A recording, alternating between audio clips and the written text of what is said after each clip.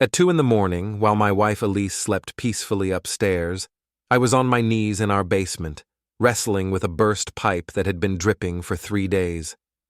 The irony wasn't lost on me. Everything in our perfect colonial home was falling apart, just like our marriage, and I was the only one trying to fix it.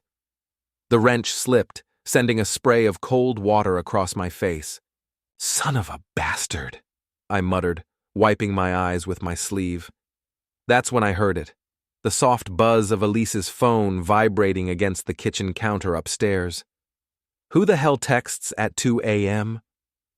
I climbed the basement stairs, my knees creaking like the old floorboards. Elise's iPhone sat face up on the granite countertop, its screen glowing with a notification. The contact name read Andy, and the message preview sent a chill through me. "Thanks for tonight. Can't wait for tomorrow." My hands shook as I picked up the phone. Andy. I knew every friend, co-worker, and client in Elise's life. There was no Andy. I scrolled through the message thread, my stomach dropping with each text I read. "You taste like heaven. Mike will never find out. Meet me at the marina tomorrow. Slip 47 inches. The phone nearly slipped from my trembling fingers. 17 years of marriage. 17 years of building a life together in this coastal Maine town, running my family's hardware store, supporting her real estate career, and she was screwing some guy named Andy. I heard footsteps on the stairs. Quickly, I set the phone back where I found it and pretended to clean up the water I'd tracked in from the basement. "Mike, what are you doing down here?" Elise appeared in the doorway, her blonde hair tousled, wearing the silk nightgown I'd bought her for Christmas. She looked beautiful, as always. She also looked guilty. "Pipe burst," I said, not looking at her. "Water everywhere." "Oh." She moved to the counter, casually checking her phone. I watched her face change as she read the message, a slight flush creeping up her neck. "Well, maybe we should call a plumber in the morning." "Yeah, maybe." I turned to face her, studying her expression. "Everything okay?" "You look flushed." "Just tired." She slipped the phone into her nightgown pocket. "Coming to bed?" "In a minute. Need to finish cleaning up." After she disappeared upstairs, I stood alone in our kitchen, surrounded by the life we'd built together. The wedding photos on the refrigerator, the vacation souvenirs on the windowsill, the mortgage papers we'd signed with such hope 12 years ago. All of it felt like a lie now. The next morning, I opened Gallagher Hardware at 7 sharp, just like I had every day for the past decade since taking over from my father. The familiar smell of sawdust and WD-40 usually comforted me, but today it felt suffocating. I couldn't stop thinking about those messages. "Morning, Mike." Kendra Walsh breezed through the front door at 8:30, her arms full of paint samples. Kendra ran the hair salon next door and was Elise's closest friend. She was also the biggest gossip in town. "I need to match this color for my bathroom renovation." I forced a smile. "Sure thing. What's the project?" "Oh, you know me. Always changing things up." She leaned against the counter conspiratorially. "Speaking of changes, Elise is looking fantastic lately. All that working out is really paying off." My hand tightened around the paint chip she'd given me. "Working out?" "At that new gym downtown. She's been going every day for months. Says she's getting fit for someone special." Kendra winked. "Lucky you!" The paint chip crumpled in my fist. "Yeah, lucky me." After Kendra left with her paint, I called Elise's office. Her assistant, Monica, answered on the second ring. "Gallagher Realty, this is Monica." "Hey, Monica, it's Mike. Is Elise available?" "Oh, hi, Mike. She's actually out showing properties all day. Won't be back until after 6. I glanced at the clock. 9:15 a.m. "Which properties?" Monica sounded confused. "I'm not sure. She handles her own schedule for the premium listings." "Premium listings. Right." I thanked Monica and hung up, then did something I'd never done in 17 years of marriage. I drove to the gym Kendra had mentioned. Coastal Fitness was a converted warehouse on the waterfront, all exposed brick and industrial lighting. Through the floor-to-ceiling windows, I could see people running on treadmills and lifting weights. I parked across the street and waited. At 10:30, Elise's white BMW pulled into the lot. She got out wearing yoga pants and a sports bra that showed more skin than she'd shown me in months, but she wasn't alone. A guy emerged from the passenger side, tall, muscular, probably late 20s with the kind of confident swagger that came from never having to work for anything. They walked into the gym together, his hand resting possessively on the small of her back. The same spot I used to touch when we walked together, back when she wanted me to. I sat in my truck for 2 hours, watching them through the windows. They barely exercised. Mostly they talked, laughed, and touched each other in ways that made my chest burn with rage. When they finally emerged, they were holding hands. The guy, Andy I assumed, pulled her close and kissed her right there in the parking lot. A long, passionate kiss that left no doubt about their relationship. Then he got into a red Mustang and drove away, leaving Elise to check her reflection in her car's side mirror before heading home. I beat her there by 20 minutes. "How was your day?" I asked when she walked through the door, gym bag slung over her shoulder. "Exhausting. 3 showings, all difficult clients." She didn't meet my eyes. "I'm going to shower."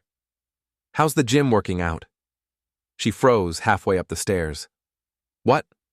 "Kendra mentioned you've been working out, getting fit for someone special," she said. Elise's laugh sounded forced. "You know Kendra. She exaggerates everything. It's just yoga classes." "Yoga, right." I nodded slowly. "With Andy?" The color drained from her face. "What?" "Your trainer, Andy. The one who texts you at 2 a.m. For a moment, she looked like a deer caught in headlights. Then her expression hardened, and I saw a side of my wife I'd never seen before, cold, calculating, and completely without remorse. "I don't know what you're talking about." "I saw the messages, Elise." "You went through my phone?" Her voice rose with manufactured outrage. "How dare you?" "That's a violation of my privacy." "Your privacy?" I stood up, my hands clenched at my sides. "You're screwing another man and you're worried about privacy?" "I'm not screwing anyone," she was shouting now. "Andy is just a friend." "A workout partner. You're being paranoid and jealous, just like always." Just like always. As if I'd ever given her reason to say that. As if I'd ever been anything but supportive, loving, and trusting. The gaslighting was so smooth, so practiced, that for a moment I almost believed her. Almost. "A friend who tells you that you taste like heaven?" Her face went white. "Mike, a friend you're meeting at the marina tomorrow?" "It's not what you think." "Then what is it, Elise?" "Explain it to me." She opened her mouth, then closed it. For the first time in our marriage, she had nothing to say. No excuse, no explanation, no lie smooth enough to cover the truth. "I want you to stop seeing him," I said quietly. "Or what?" The question hung in the air between us. Or what? What was I going to do? Divorce her? Throw away 17 years over some muscled-up gym rat who probably couldn't spell his own name? "Just stop," I said finally. "Please." She studied my face for a long moment, then nodded. "Fine. If it makes you happy, I'll find a different gym." Relief flooded through me. "Thank you." But as she headed upstairs, I caught her reflection in the hallway mirror. She was smiling. That night, after Elise fell asleep, I searched our bedroom. I found her second phone hidden in her jewelry box, tucked inside a velvet ring case. This phone had no security lock, and the message history made me sick to my stomach. Photos, videos, explicit conversations about what they'd done and what they planned to do. Plans to meet at hotels when I was at the store. Jokes about how stupid and trusting I was. How easy it was to lie to me. The affair had been going on for 8 months. 8 months of lies, deception, and humiliation. 8 months of her coming home to me after being with him, kissing me with the same mouth that had been on his body. 8 months of me working 60-hour weeks to support our lifestyle while she used our money to wine and dine her lover.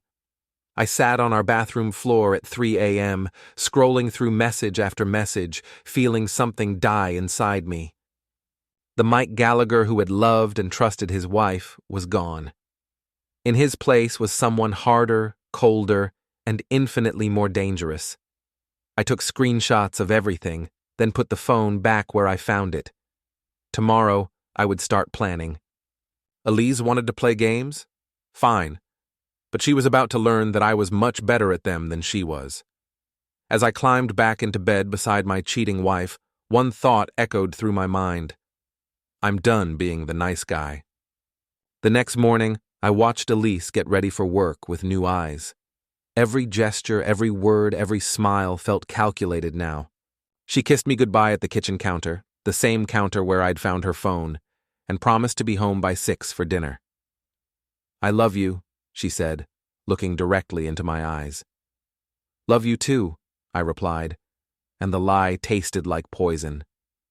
After she left, I called my oldest friend, Reggie Murphy, who owned Murphy's Tavern downtown. Reggie had been my best man at our wedding, had known Elise almost as long as I had, and more importantly, he knew everyone in town. Mike! What's got you calling at 8 in the morning? The hardware store burned down? Need to ask you something, Reg. You know a guy named Andy? Young, muscular, drives a red Mustang? Reggie was quiet for a moment. Andy Chase? Yeah, I know him. Trainer at that new gym. Why? What do you know about him? Not much good. Pretty boy who thinks he's God's gift. Runs around with married women from what I hear. Why? Don't tell me Elise is... Yeah. Shit, Mike. I'm sorry. How long? 8 months, near as I can tell. Reggie let out a low whistle. What are you going to do? I'm still figuring that out, but I need information. Everything you can find out about this guy. Where he lives, what he does, who he knows. Can you help me? You know I can. Give me a day or two. After hanging up with Reggie, I drove to Elise's real estate office. I'd brought lunch for her before, so no one would think it strange. Monica greeted me with a warm smile. Mike, how sweet of you to bring lunch for Elise. But she's out showing the Brennan property all afternoon. The Brennan property? I kept my voice casual. That's the waterfront place, right? Oh no, that sold last month. This is the new listing on Maple Street. Big Victorian, needs a lot of work. I thanked Monica and left, then drove straight to Maple Street. No BMW, no red Mustang, no Elise showing any property to anyone. My phone buzzed with a text from her. Showing running late. Don't wait dinner for me. Love you. I stared at the message, feeling that cold rage settle deeper into my bones. She wasn't just cheating. She was getting sloppy, arrogant. She thought I was too stupid or too weak to catch on. That afternoon, I closed the hardware store early and drove to the marina. Slip 47 was at the end of the furthest dock, secluded and private. I parked where I could watch, but not be seen, and waited. At 4:30, the red Mustang pulled into the marina parking lot. Andy Chase got out carrying a bottle of wine and a bag from the expensive seafood restaurant downtown. He walked to Slip 47, where a small cabin cruiser was moored, and disappeared below deck. 20 minutes later, Elise arrived. She'd changed out of her business clothes into a sundress I'd never seen before. She practically skipped down the dock to the boat, and Andy emerged to help her aboard. They kissed passionately before disappearing below deck together. I sat in my truck for 2 hours, watching that boat rock gently in the harbor, knowing exactly what was happening inside. When they finally emerged, Elise's hair was messed up and her lipstick was gone. They kissed goodbye, and she headed home to me. I beat her there by 15 minutes. How was the showing? I asked when she walked in. Good. The clients are very interested. We might have an offer by tomorrow. She moved around the kitchen with nervous energy, avoiding eye contact. I'm going to shower before dinner. Elise? She turned back, and I saw a flicker of fear in her eyes. Yeah? You've got something on your dress. Right there. I pointed to a small stain on her sundress. Wine, probably. She looked down, her face flushing red. Oh, must have spilled coffee earlier. Looks like red wine to me. It's coffee, Mike. I think I know what I spilled on my own dress. But her voice shook as she said it, and we both knew I'd caught her in another lie. That night, I made my first move. While Elise slept, I went out to her car and disconnected a wire from the starter. Nothing permanent, nothing that would hurt her, just enough to strand her somewhere inconvenient. The next morning, her car wouldn't start. This is ridiculous, she fumed, turning the key repeatedly. I have 3 showings today. I'll take a look, I offered, popping the hood and pretending to examine the engine. Looks like the starter's gone bad. This'll need to be towed. Can you fix it? Not here. It'll need to go to the shop. Probably take all day.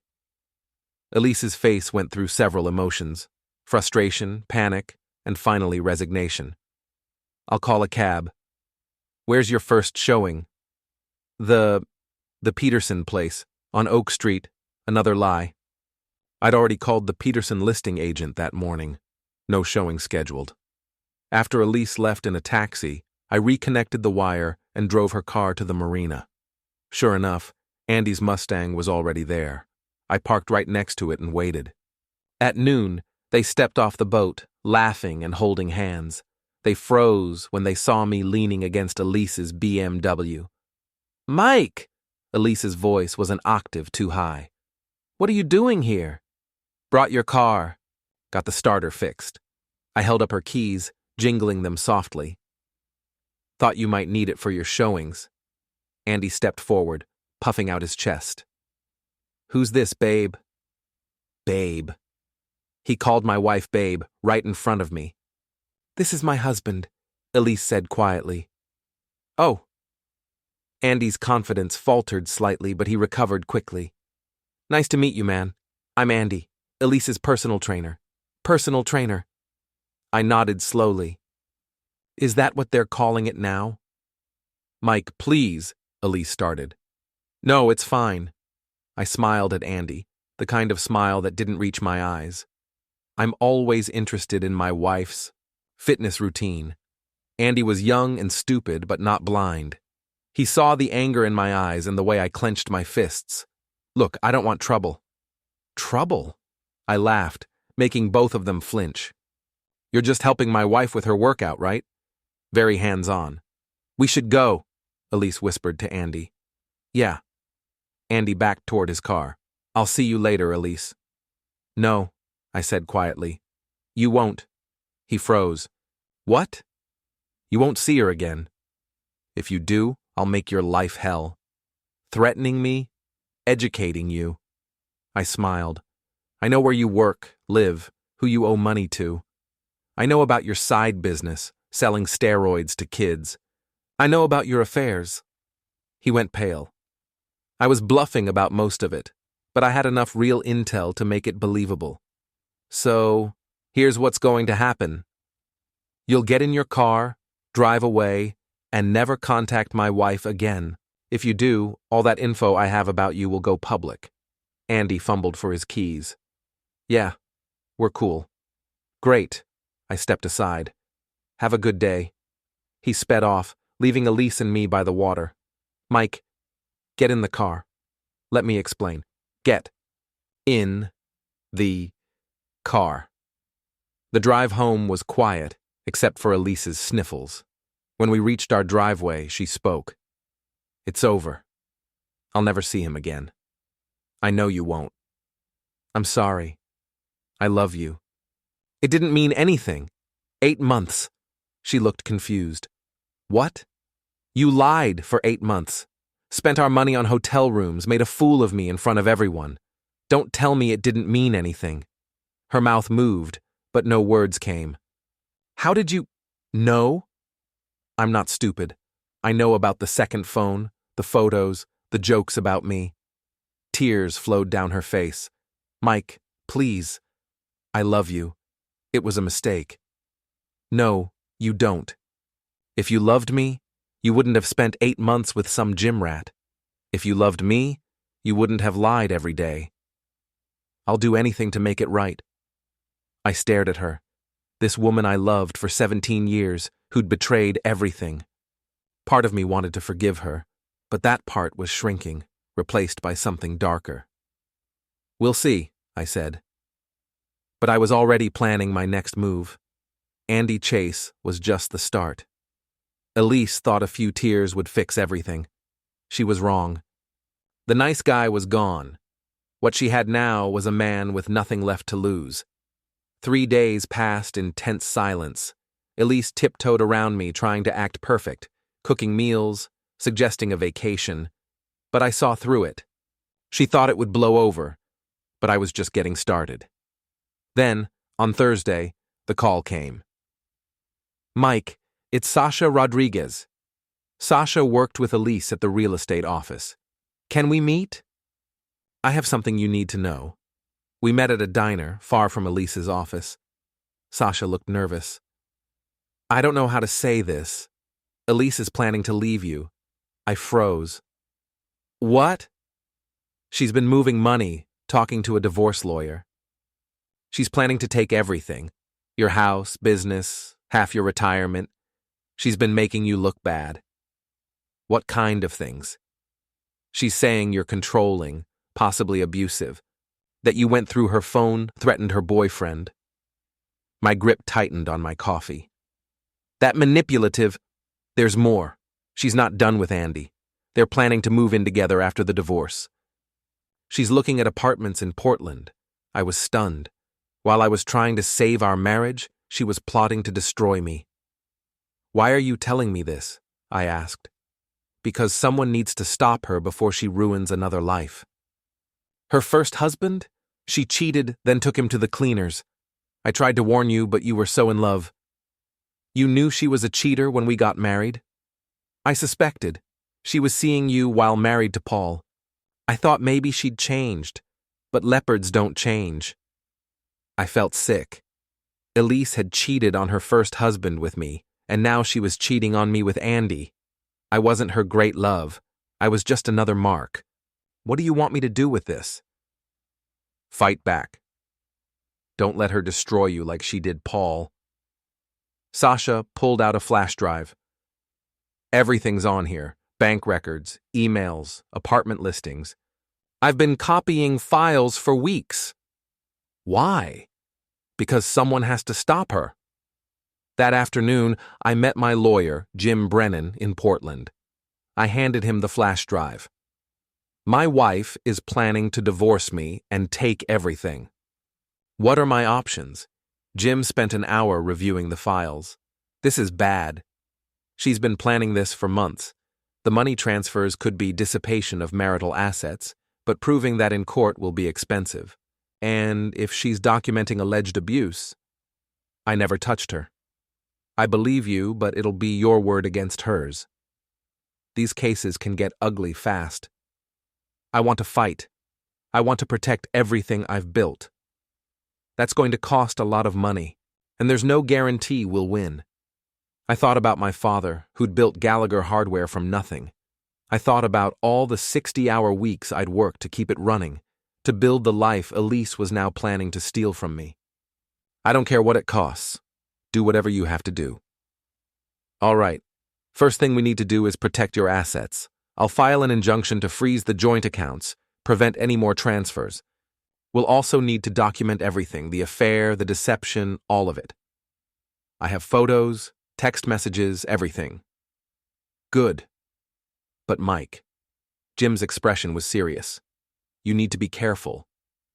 Don't do anything that could be construed as harassment or intimidation. Don't contact her boyfriend. Don't follow her around. Don't lose your temper. She's building a case against you, and any misstep could play right into her hands. I nodded, but inside I was already planning my next move.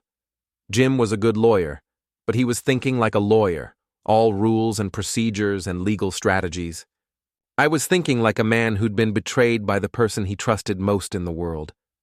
Elise wanted to play games? Fine.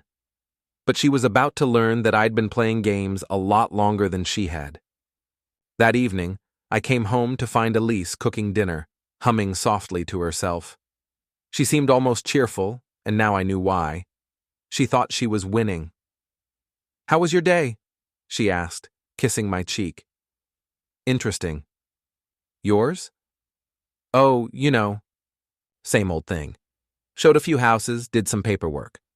She turned back to the stove. "I was thinking we should plan that vacation we talked about." "Maybe somewhere warm? The Bahamas?" "Sounds expensive." "We can afford it. We work hard. We deserve to treat ourselves. As if she'd contributed anything to our finances beyond spending the money I earned. As if she wasn't planning to take half of everything and run off with her boyfriend. Actually, there might be a problem with that. She turned around, wooden spoon in hand. "What kind of problem?" "I had to freeze our joint accounts today. Business cash flow issue. Should be resolved in a few weeks." The spoon clattered to the floor. "You did what?" "Froze the accounts, just temporarily, nothing to worry about." "You can't do that. I need access to our money." "Our money?" I raised an eyebrow. "Since when do you worry about money, Elise? You've never paid a bill in your life." "That's not the point. Those are joint accounts. You can't just freeze them without telling me." "Actually, I can. I'm the primary account holder. My name, my business, my money." Her face was turning red with anger and panic. "This is financial abuse.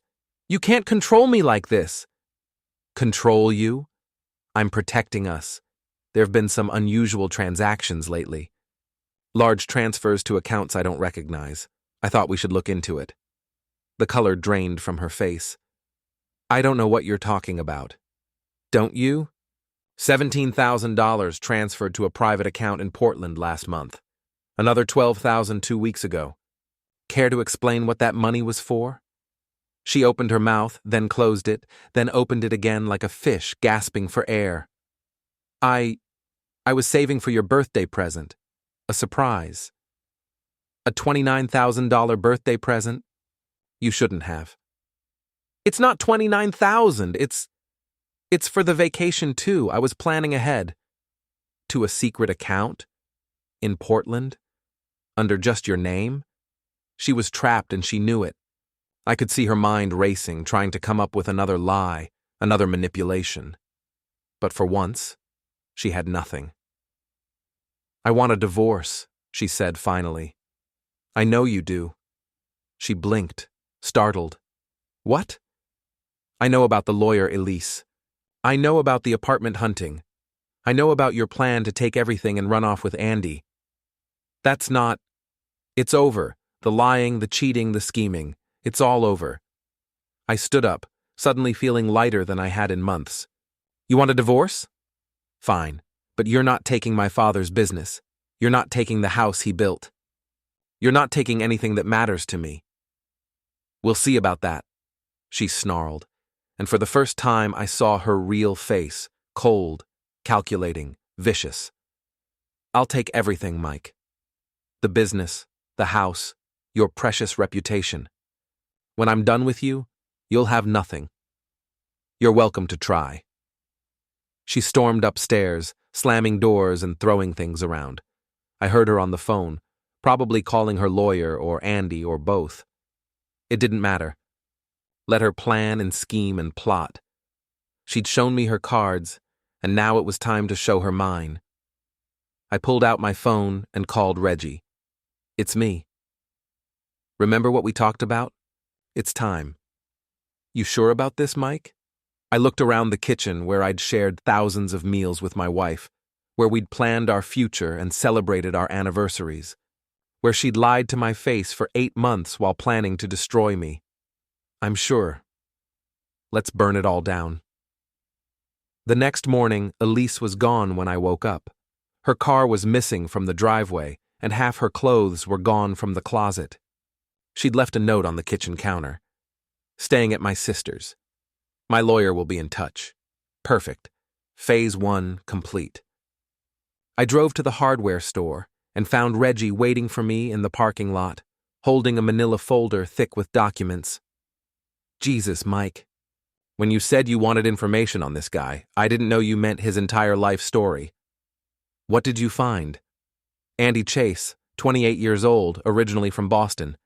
Moved here 6 months ago after getting fired from his last job for sleeping with clients. He's got debts up to his eyeballs. Credit cards, student loans, back rent. He's also got a record. What kind of record? Assault, bar fights, one domestic violence charge that got dropped when the girlfriend refused to testify. This guy's bad news, Mike. I flipped through the folder, studying police reports and credit records. Andy Chase wasn't just a pretty boy gym trainer. He was a predator who targeted vulnerable women, married women with money and low self-esteem. Women like Elise. There's more, Reggie continued. I talked to some people in Boston. This isn't the first time he's broken up a marriage. There was a woman named Patricia Mills, divorced her husband after a 10-year marriage. Andy moved in with her, lived off her alimony for 8 months, then disappeared with her jewelry and her car. Son of a bastard. Gets better. There's another woman, Jennifer Walsh. Same story. Married, lonely, falls for the charming trainer. Only this time, when her husband found out, Andy beat him so bad, he ended up in the hospital. I stared at a photo of Jennifer Walsh's husband, his face swollen and bruised beyond recognition. This is what Elise is running off with. She doesn't know. He's got her convinced he's some kind of romantic hero, saving her from her terrible marriage. Classic predator behavior. Does she know about the other women? Doubt it. Guys like this are good at compartmentalizing. He probably told her she's the only one who understands him, the only one who makes him feel alive. All the usual bullshit. I closed the folder, my mind racing. Elise thought she was so smart, playing me against Andy, planning her perfect escape. She had no idea she was just the latest mark in a long line of victims. What are you going to do? Reggie asked. I'm going to save my wife from making the biggest mistake of her life. Mike. And then I'm going to destroy them both. That afternoon, I drove to Elise's sister Karen's house in the next town over. Karen had never liked me much, thought Elise had married beneath her, but she was decent enough to hear me out. She's not here, Mike, Karen said when she answered the door. I know. She's with him. I need to talk to you about something important. Karen reluctantly let me in, and I spread the contents of Reggie's folder across her coffee table. Her face went white as she read through the police reports and witness statements. Oh my God! Elise doesn't know about this, does she? No. He's got her convinced he's Prince Charming, but look at the pattern. He finds married women, breaks up their marriages, takes their money, and disappears. Sometimes violently. You think he's dangerous? I think my wife is in serious trouble, and she's too blinded by infatuation to see it. Karen studied the photos of Andy's previous victims, her expression growing more concerned by the minute. What do you want me to do? Talk to her. Show her this information. Make her understand what kind of man she's dealing with. She won't listen to me. She thinks I'm jealous of her perfect new relationship. Then we'll have to make her listen. I left Karen's house and drove straight to the gym where Andy worked.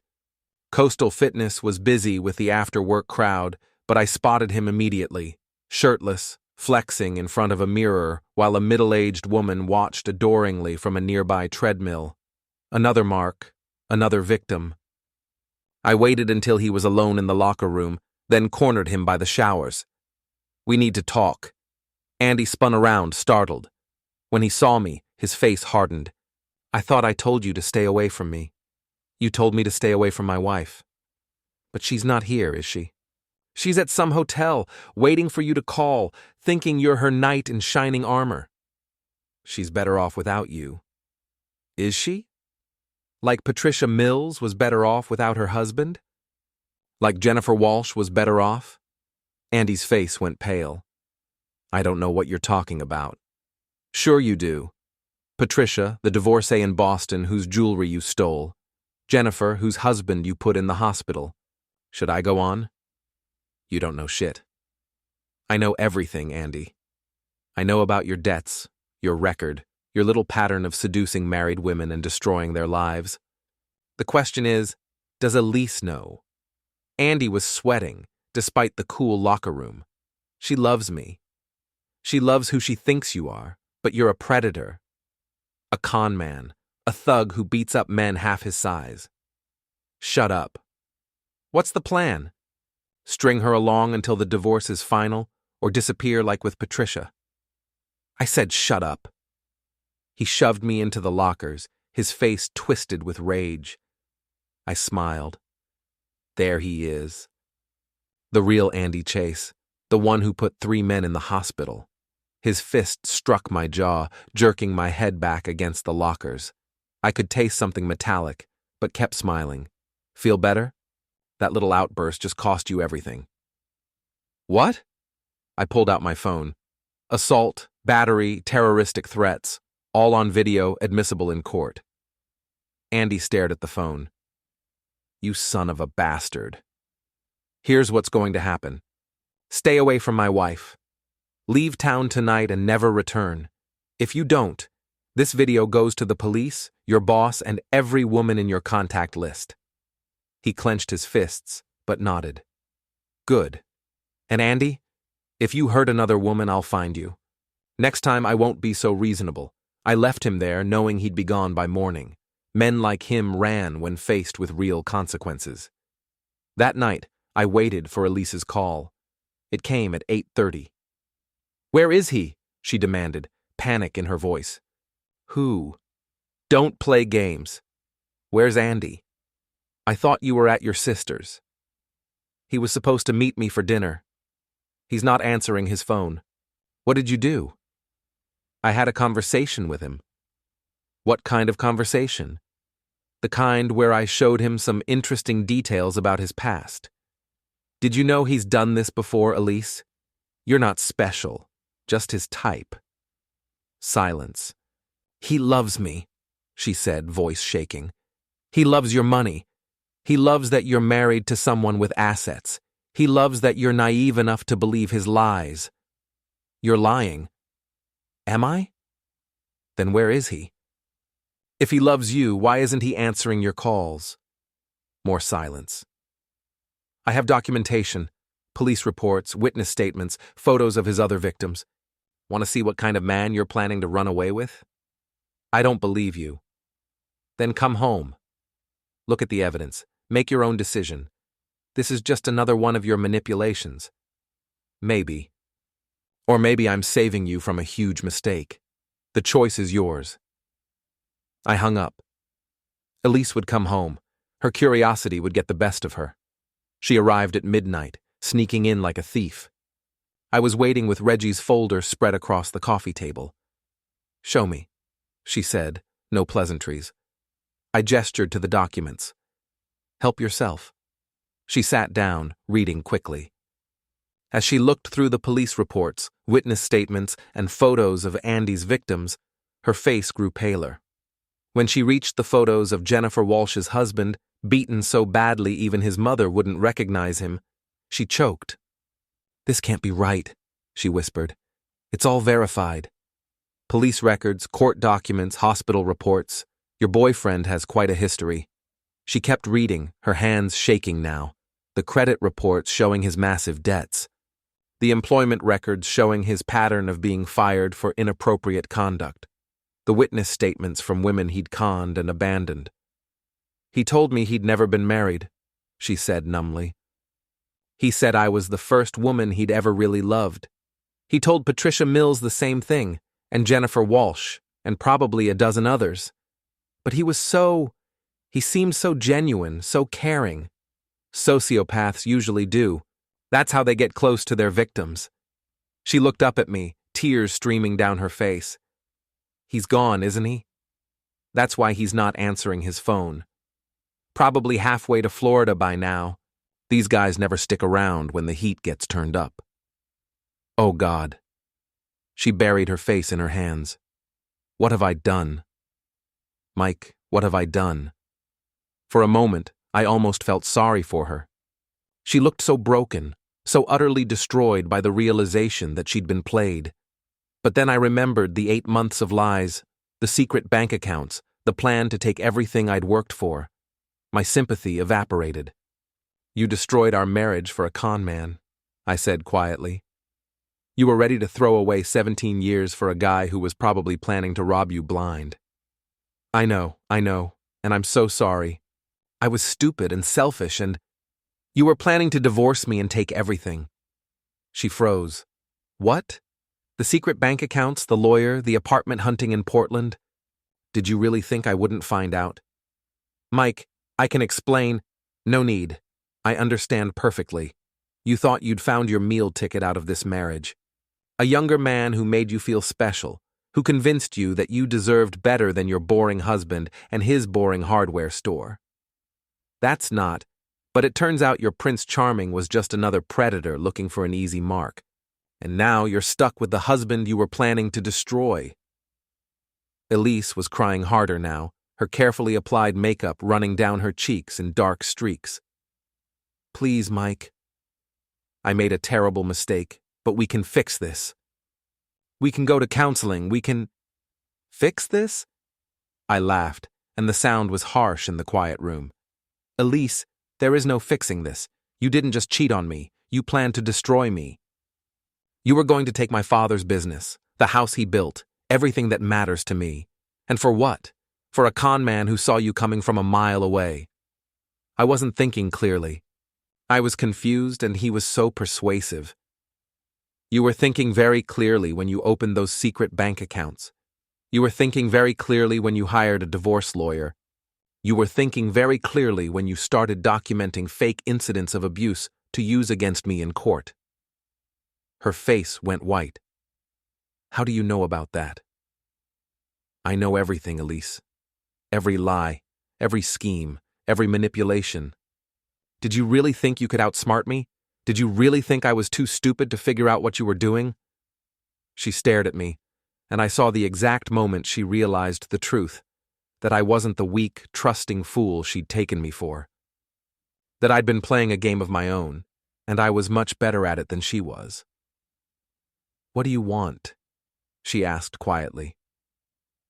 I want you to understand that your life as you knew it is over. Your boyfriend is gone. Your divorce plan is ruined. Your secret money is frozen. Your reputation in this town is about to become very interesting. What do you mean? I pulled out my phone and showed her a video I'd recorded at the marina, her and Andy kissing passionately on the dock, completely oblivious to the world around. Them. This is going to be very popular on social media. Small town, respected real estate agent caught cheating with a con man who's probably wanted in 3 states. The local news will love it. You can't. Please, Mike, you can't do this to me. Why not? You were planning to do much worse to me. Because you love me. Because we have 17 years together. Because I'm your wife. You stopped being my wife the moment you decided to betray me. Now you're just someone who used to live in my house. I stood up, suddenly tired of the whole conversation. You can stay here tonight, but tomorrow you need to find somewhere else to go. Karen's, a hotel, wherever.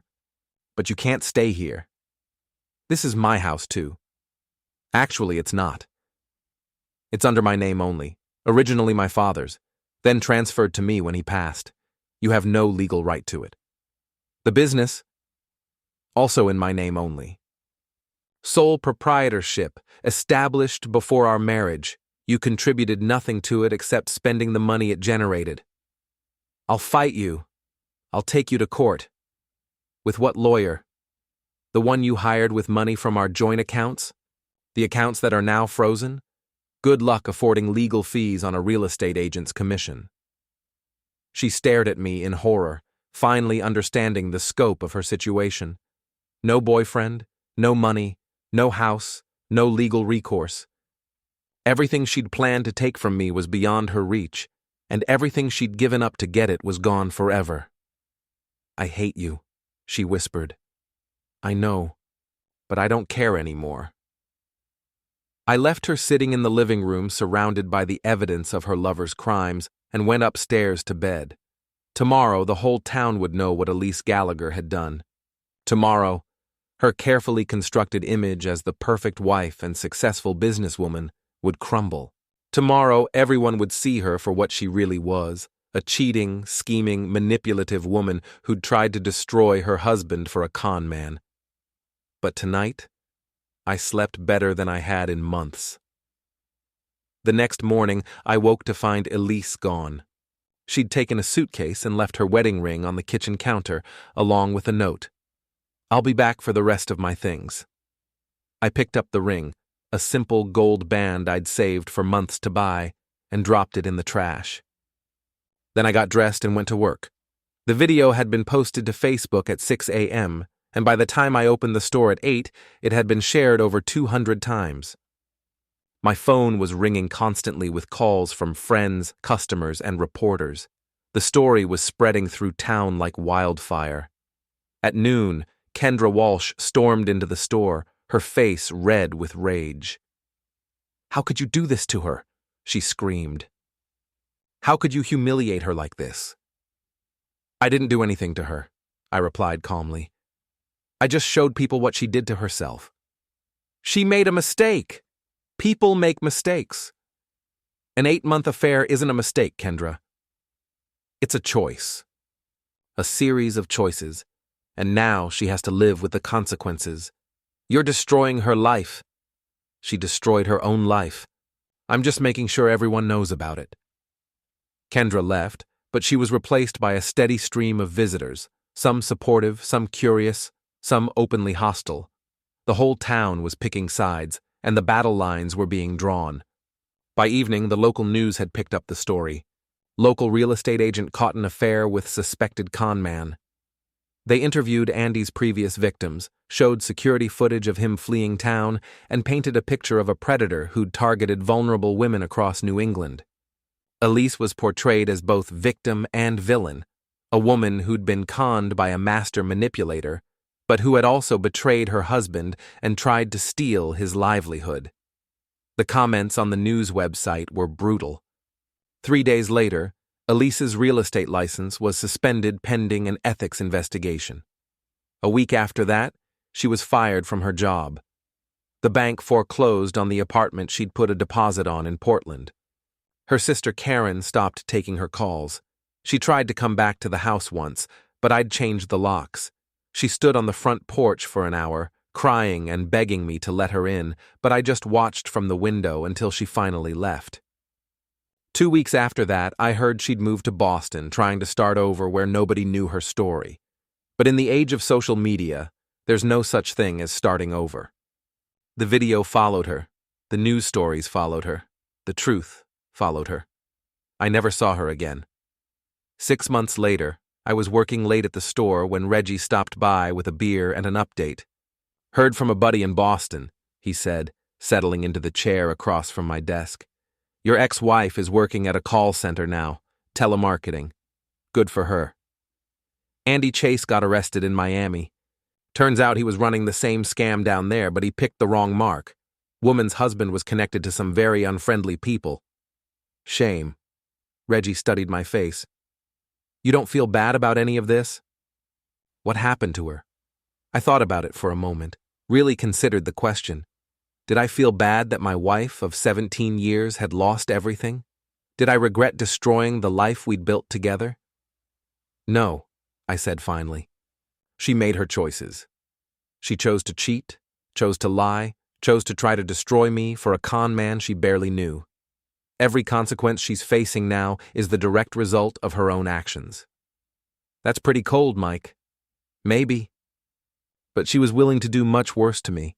The only difference is, I was better at the game than she was. Reggie finished his beer and left, and I went back to my paperwork. Outside, the Maine coast was settling into another peaceful evening, and for the first time in months, I felt truly at peace.